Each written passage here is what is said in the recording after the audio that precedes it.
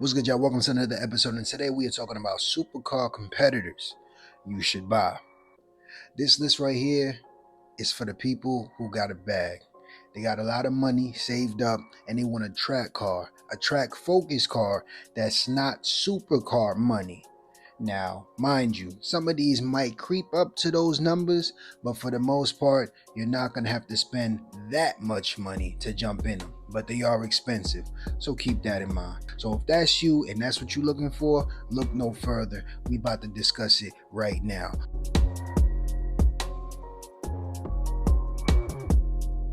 What's good, y'all? So before we get into this video, make sure you check out lowexcelsapparel.com for all your clothing needs. We got the hoodies, we got the sweatshirts, we got the t-shirts, we got the beanies. Okay, we got it all for you. And stay tuned, we do have new shirts coming that will be available sooner than later. I'm definitely gonna release or at least show them to you guys for my next video coming up, so stay tuned for that. It's definitely gonna be official and I think y'all will like it. Also, make sure y'all stream the music. We got music as well. So after you leave lowexcelsapparel.com, go ahead and go to Apple Music, Spotify, whatever. And while you cruising down the road in your nice V, go ahead and bump your boy, okay? Enough about that. Let's get into this video though. Number one, that would be a 2017 to 2024 Chevy Camaro ZL1 1LE. This came equipped with a 6.2 liter V8, 650 horsepower, 650 pound-feet of torque. 0 to 60, what we talking? 3.5 seconds. So this is a good entry level, y'all. You jump in one of these right here, you already know what they are capable of doing. And if you don't know, you're gonna have to do more research, okay? The Camaro ZL1 is the top dog. This is what you want. This is a track focused car. You jump in this, you take it directly to the track. It's fast enough, as you see with the torque and the horsepower. You don't have to really worry too much about at least engine mods, but of course they're available. You could actually make this car faster than what it is, but you don't have to, you don't need to, it's not required. This car comes from the factory set for you to take it straight to the track, go crazy and do your thing. You will enjoy it. Now mind you, it may not be the fanciest interior, it's still an American made car, but it's going to be for the most part reliable.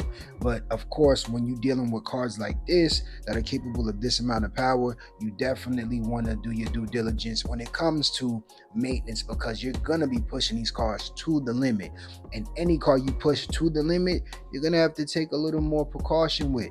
You feel me? You're going to have to take a little more time making sure that this car is running at tip-top shape, because if it's not, it's going to be very easy for things to break very quickly. So keep that in mind. Like I mentioned before, when it came to reliability, this is actually average. Some people had worse, some people had even better or above average, I would say. But once again, I could only assume this came from a lot of people who bought the car, maybe second, third owners, and they were behind someone who really just didn't take care of the car. And for the people who did have great reliability, they got it from someone who did take care of it. Honestly, it's really that simple. But this platform is not necessarily notoriously known for bad things happening to it. But when issues did arise, things that you would run into are oil pump failures, especially within the 2017 and 2018 models, okay? Other than that, they really weren't too faulty. It's just a lot of normal wear and tear that you would have to look after. Of course, you're gonna go through a lot of tires.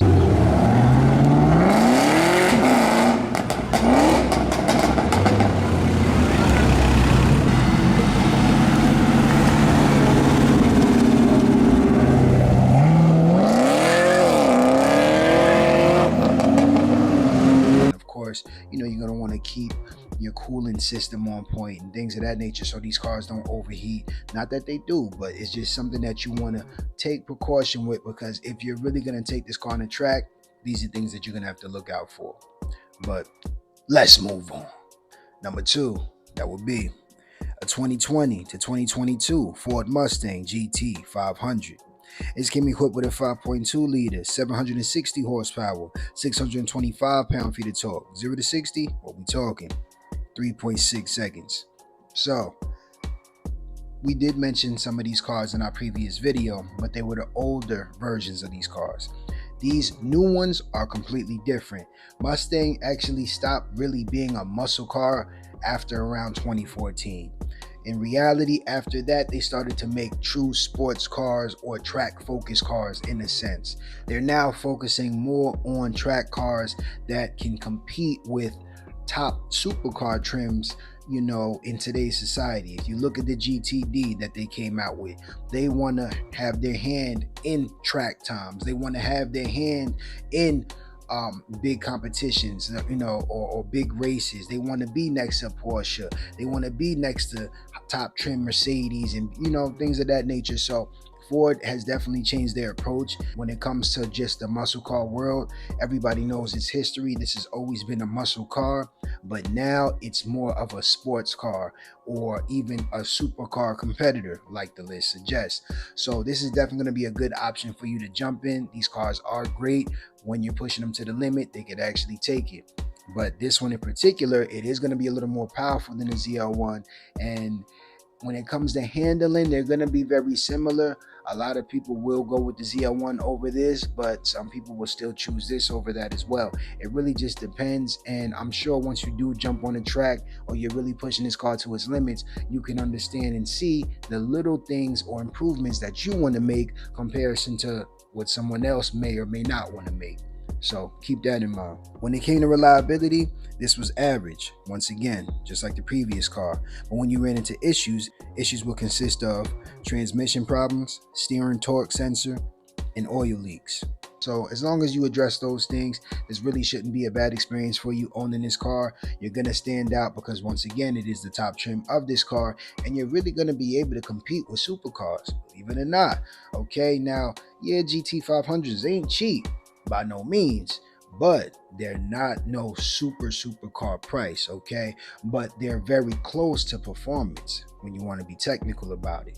So definitely check that out if that's what you're looking for. But let's move on.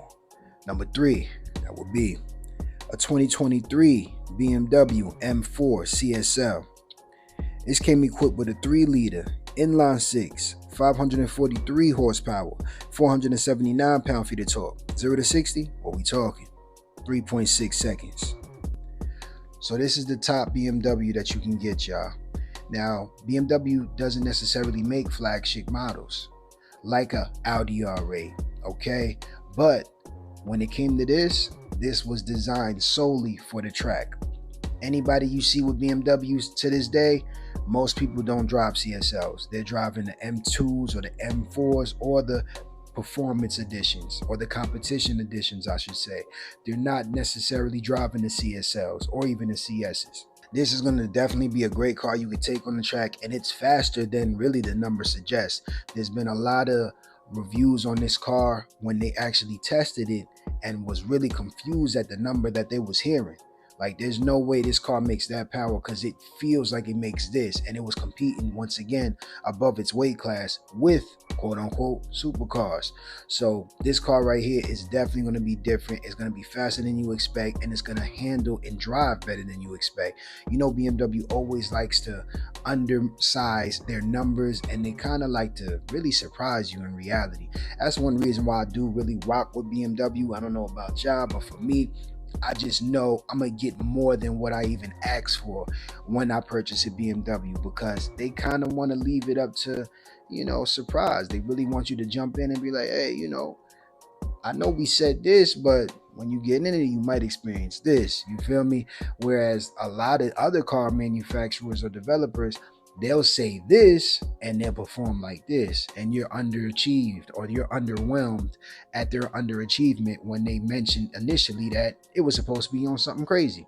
So I don't like that, but with BMW, they usually do look out based on the numbers and the things that they say that their cars can do. When it came to reliability, it's actually questionable for this car because it's so new. There hasn't been anything that's really came out that people had that were problems for this actual platform up to this point. So I'm sure as time goes on, there are going to be things that pop up that are more consistent, that can actually be attested to everybody that owns this car, where they could actually say this is actually an issue or a defect. But at the same time, I kind of doubt it, just because once again, BMW knows how to make performance cars. They've been doing this for a long time, and with this one, it's the top trim, the top trim. And being that they don't necessarily have a flagship model, and this is the closest thing to it, this is not really that expensive to develop comparison to a lot of the top trim supercars. You see what I'm saying? So in reality, if it does have an issue, I don't see it being a big issue, because I think BMW has the budget to jump in and correct that issue either before it gets too bad, or just to address it before anyone even figures out about it anyway. You feel me? So I do think this is definitely going to be a good option for you if you want to compete with supercars, you want to take your car to the track, and you really don't want to do too much to it. But mind you, you still could tune this car, okay? So that's definitely going to be available to you. So of course, be wary of that. But at the same time, you really don't need the power, because it's going to do exactly what you need when you want to do it. And you're going to maintain more value, right? So that goes for all of these cars. If you do plan on modding them, the aftermath of it is you will decrease your value, because these are always going to be the flagship models of these cars. So if you actually want to mess with certain things, it's going to lose that initial aura that it used to have, because it's not OG. Just know that going forward, that could actually affect the value of the car. But let's move on. Number 4. This is actually pretty pricey, I ain't gonna lie. And that will be a 2022 to 2024 Porsche 718 Cayman GT4 RS. This came equipped with a 4-liter, 6-cylinder Boxster engine, 493 horsepower, 331 pound-feet of torque. 0 to 60, what we talking? 2.8 seconds. So I will be honest, y'all, this is kind of in the supercar price range, okay? But to be fair, it is new. It's a newer platform, and it's just going crazy. And it's very hard to get, honestly. You can't just go to a dealership and say, hey, I want a 718 Porsche. It's not going to work like that. So this car is kind of like not like the other cars on this list, because this is not necessarily something you could just jump in and feel good. Now, this car, when it comes to performance, is great. It's out of this world. A lot of people swear by it. And the sound that it makes, the looks that you get, and the look of the car in itself was really just done perfectly. For my opinion, it looks really perfect, honestly. This car is not the GT3, so this is gonna be, if you really want to save some money, a budget-friendly GT3. But it's still going to give you very, very, very similar experiences when you're driving behind the wheel of this. And to me personally, I mean, at some angles it look better, but again, the GT3 is still fresh. You can't downplay that. But I mean, I would not be mad if somebody said, hey, we can't get you the GT3, but you want this GT4? Absolutely, I'm taking it. You feel me? So this car right here is definitely different. It's official. Its performance is unlike many others, honestly. Like, there's not many cars that can compete with this around the track. They would literally have to be faster in a straight line and be able to be supremely fast in a straight line, because this car is going to brake later. It's going to hit corners at a faster speeds, and it's just going to be real tough for you to get away from this car. So I'm just being honest. If you on the track and you see one of these, beware. When it comes to reliability, this car is average to good. Like I mentioned before, it's still a relatively new platform, but some issues some people have ran into is throttle body actuator issues, and there was a recall on the center lock wheel nuts. So definitely address that. Make sure that was addressed, or make sure that was handled by the dealership or whoever you purchasing this car from. But this is, again, one of those authentic type of cars where you're probably not going to get this car from a dealership. This is if you know one of your rich friends, you know somebody that knows somebody that's looking to sell a car, and it may be this one. That might be your best bet to get into one of these. So if you know anybody that's just a collector of Porsches in general, and they got that big bag, they may have spun the block and got one of these in their garage. You may not know, but if they do, hey, play them close. What's up, yo? You trying to sell? I mean, hey, make it worth their offer. You feel me? But again, this car is going to be a lot of money, to be fair, and there is a lot of other options that you could get with this money that you would purchase this car with. So definitely keep that in mind. But I promise you, if you did spend the money on this, you would not regret it, because this car is really great. But let's move on. Number 5, that would be a 2018 to 2020 Mercedes-Benz AMG GTR. It came equipped with a 4-liter, 577 horsepower, 516 pound-feet of torque. 0 to 60, what we talking? 3.5 seconds. So this car right here is Mercedes' attempt to get that old DNA back, to say, yo, we still got our hands in this game of speed and we can still play at all levels with everybody.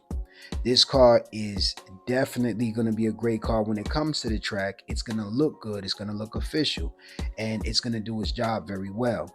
Now, is it the best car on the track? No, not necessarily, but it's far from the worst. This car is definitely going to compete with cars in a higher class than what it's in. And for the price that you can get this for, there is a lot of competition still, and this is going to be more on the pricier side of things. But again, you get into this car, people know, oh, that's a GTR, it's different. The performance on this car, different. The look of it, different. The color coordinations and how you can put this car together is different. People are going to appreciate this. You're going to appreciate it. It looks good. It sounds good, like I mentioned before.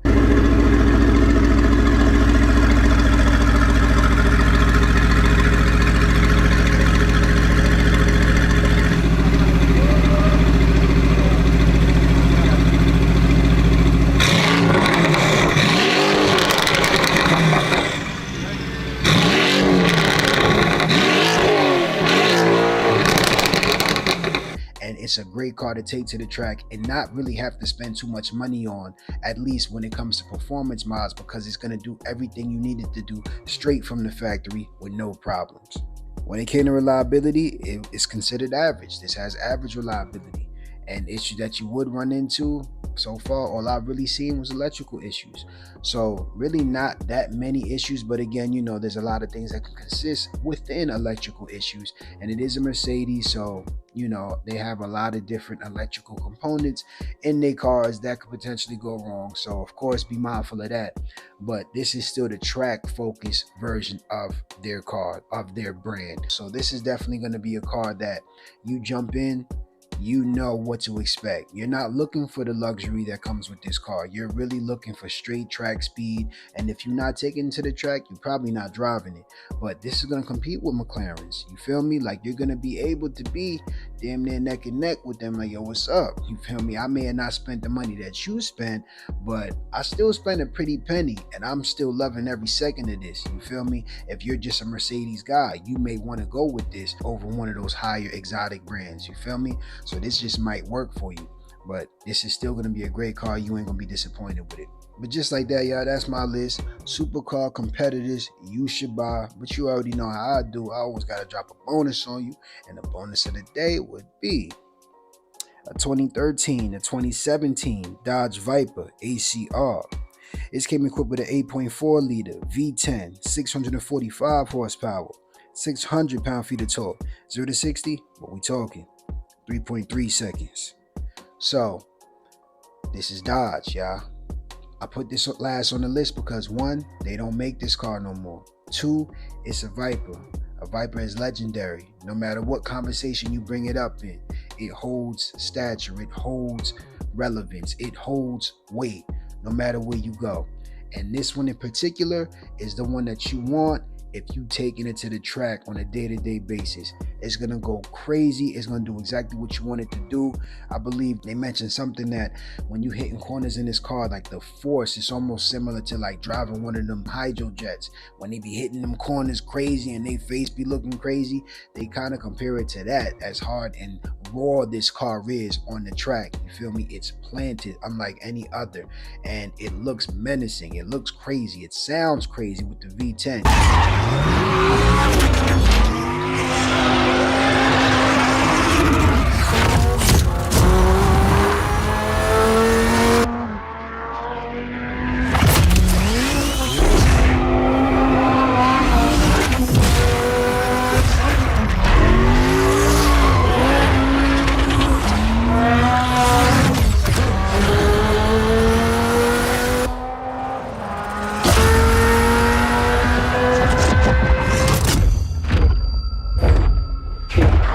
feel me? This is actually the only V10 on this list. So if that's something else that stands out to you, you already know that's going to be one that you enjoy. Now, this is definitely going to be an easier car to jump in over like a GT4, you feel me? But this is still going to be a car that is pricey, all right? It is pricey because people know you're going to have a lot of fun in it, but it's still not super exotic type, supercar type prices, you feel me? It's up there, but it's not going to be at the tippy top, you feel me? So definitely you can jump into this, and like I mentioned before, you don't really have to do anything to it. It's straight from the factory. You're gonna have everything you need on it, and it's gonna be super quick. It's gonna be super planted. It's gonna have everything you need to have a great day on the track, race whoever you want to race, whenever you want to race them, and do it in style and do it differently, because they don't make these no more. This is really going to be more so probably an investment for you if you purchase one of these, because this platform with this car, I don't believe will ever come back again. And to have one of these in great condition as well, it's not going to be much anybody could say to you based on the price that you give them, because they're not going to really be able to go anywhere else with it.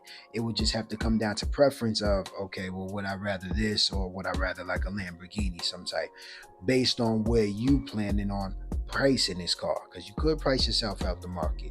But again, this is going to be a car that's super rare. It's going to hold its value, and it's going to look official at every angle. When it came to reliability, it was average, but issue that you would run into would consist of driveline clunking. It would make some sounds within the driveline, water leaks, and just electrical issues. So again, you want to make sure those things are addressed. Just keep up with it, you feel me? Because 9 times out of 10, you're not going to be driving this car often at all. None of these cars on this list, y'all, are daily drivers. Yes, you're going to get some people out there that be like, I daily drive my GT500 everywhere I go. You know, I daily my ZL1. You feel me? And I started the list with the ZL1 because that is more of a daily driver car out of the rest of them. But still, none of these are realistically daily driver cars. These are cars that you pull out on the weekends when you want to have a track day and go super crazy. You feel me? So definitely keep that in mind. But just like that, that's my list, y'all. If it was up to me, what would I jump in? Honestly, I would probably jump in that 718 Cayman GT4 RS, okay? To me, that car is just crazy. It's not the most powerful on the list, but what it can do is ridiculous. But the price is very high. So if I wasn't really trying to spend that much money on that, then I might jump in that GT500 or that ZL1. It's kind of close between the two. I would really have to drive those cars back to back and see what I really love between them both, because I really feel like that comparison is really closer than a lot of people think, you feel me? So that's definitely something that I would have to check out. But yes, I would definitely go with the Porsche. But again, you know, that's just my preference. Y'all get in the comment section below, let me know what y'all would go with. And of course, if you're looking to mod your car, you're looking to tune your car, make sure you click the link in my description. I got you discounted on prices wherever you at, get sent to you in a timely fashion, so you good. If y'all like this video, make sure you share, make sure you subscribe, and just like that, I'm out of here. Peace.